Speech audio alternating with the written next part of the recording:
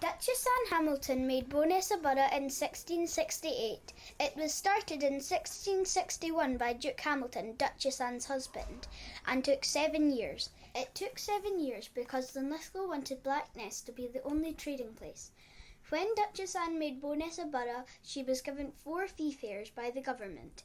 At these fairs there would have been stalls, sideshows and farmers looking for labourers. Then the miners got the July Fair to celebrate their freedom, as in 1744 there was a new law that the miners were no longer bound to the pit. The miners had their first fair in 1779 in Bowness. At 11 a.m, the miners marched all around Bowness. Some miners started at Newtown, some Grange Pans and some Corby Hall. After that they went to Market Square and they all marched to Kinneil House. At Kinneil House, Duke Hamilton served them all free whisky as he listened to the tune of the brass band. After about an hour or so, they went to Mr. Cadell's house, who owned Grange Pan pits. The miners had even more whisky and listened to the brass band. Horse racing.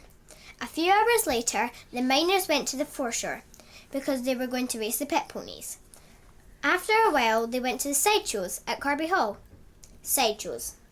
At Corby Hall, the sideshows took place. There was a shooting gallery, fairground rides, boxing rings, donkey rides, a gingerbread stall and a photo booth. After going on to these divine things, they went to the town hall dance.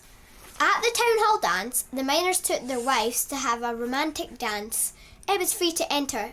To dance, you had to pay 1p. People did not like the miners' fair, and it started to get unpopular because people were getting drunk and were fighting.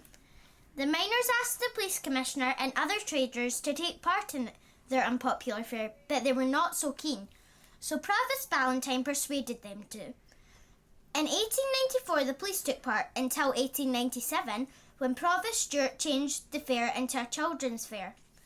Provost Stewart got the idea from Lanimer Day in Lanark, so every year children out of the chosen school chose a classmate to be the queen of the Bowness Children's Fair Festival.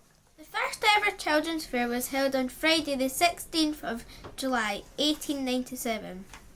Bowness's first ever queen was Grace Strafford from Anderson Academy.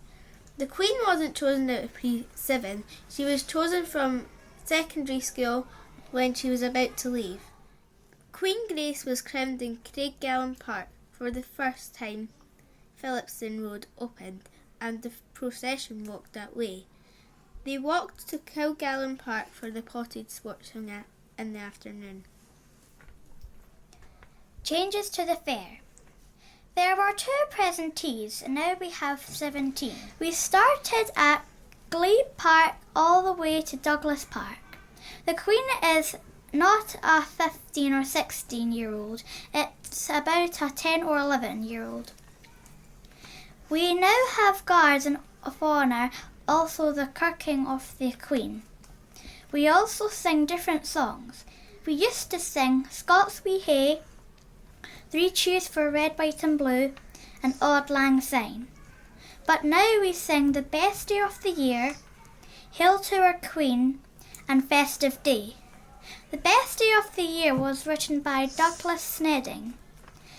Hail to Our Queen was written by Hope Thompson, and Festive Day was written by R. Fleming.